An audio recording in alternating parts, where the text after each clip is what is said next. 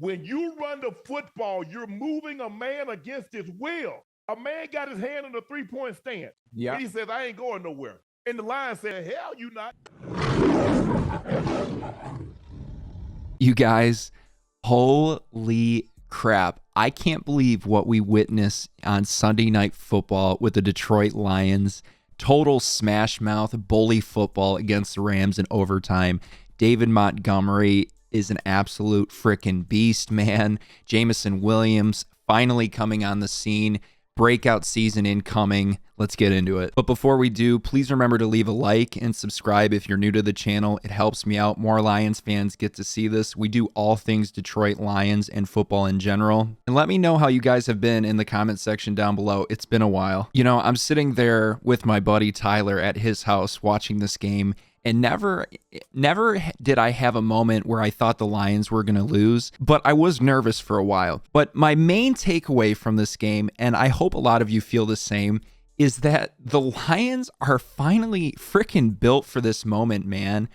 Total smash mouth football, like I said in the start of the video. They can handle any storm or anything thrown at them. They never give up. In all actuality, I really believe, and I know every fan says this about their team every year, this team has what it takes to go all the way. This game was the definition of Dan Campbell. And I guess like what gives me a lot of hope and joy behind that is the Lions did not play well at all this game. The Rams, they didn't dominate the time of possession, 34 minutes to 29, but I definitely think the Rams were coached and they certainly played better. The Lions looked rusty and there was a lot of questionable coaching decisions, I thought, but you know, that's going to, progress and get better as the season goes on. But I mean, credit to Matthew Stafford and Cooper Kupp. They have that 2021 where they won the Super Bowl connection. Matthew Stafford threw for 34 out of 49 attempts, 317 yards, 1 TD to 1 interception, and Cooper Kupp would be targeted 21 times, having 14 receptions for 110 yards to 1 touchdown. On the evening, the Rams would have a total of 387 yards on offense, 304 passing, 83 rush yards. Dude, but let's talk about that defensive line.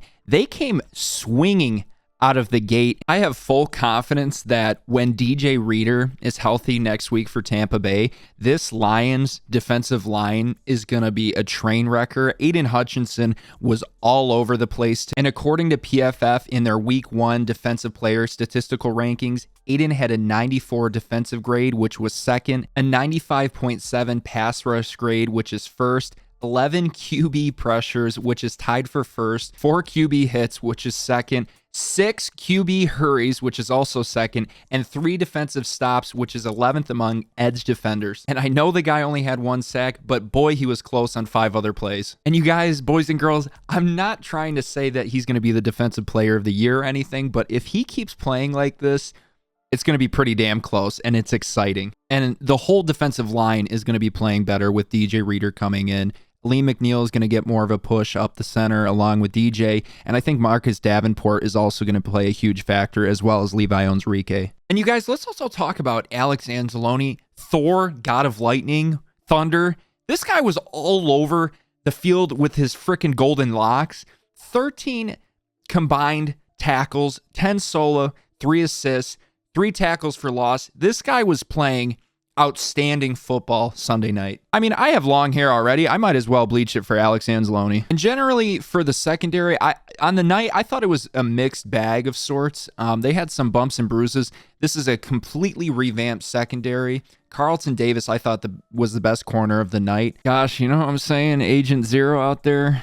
Agent Zero, Terry Anano looks pretty good out there too.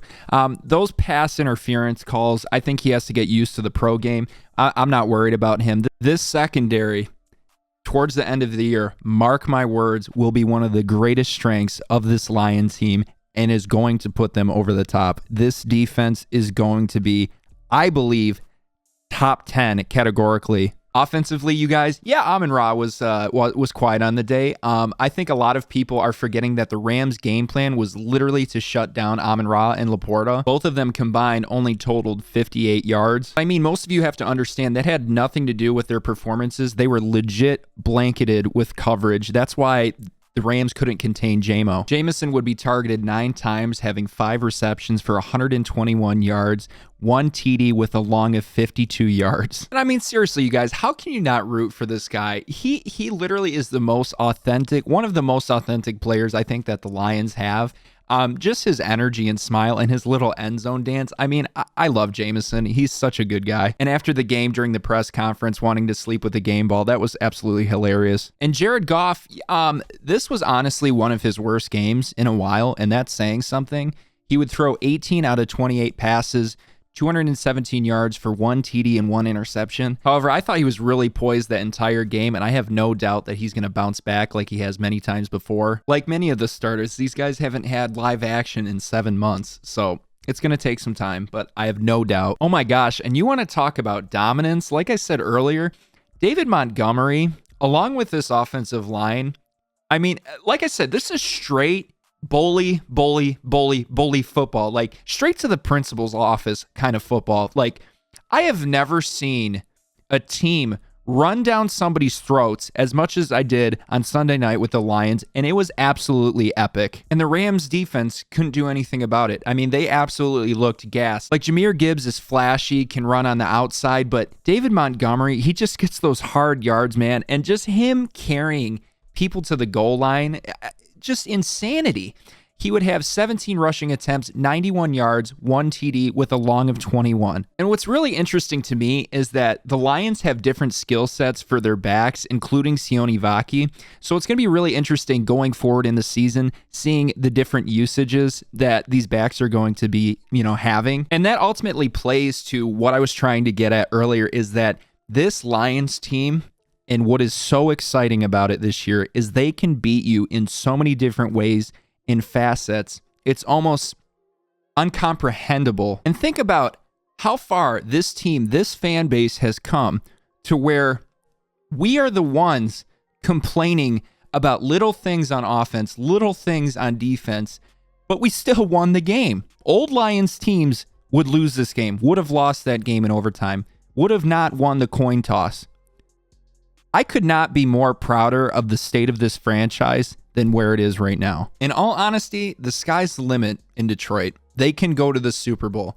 They can have a 10-plus win season again. They can win playoff games. This team is elite. This team is scary. Everybody knows it in the league, and every team should fear the Detroit Lions. But anyways, guys, that's it for me today. It's been your boy Rampage. I'm so blessed to be back.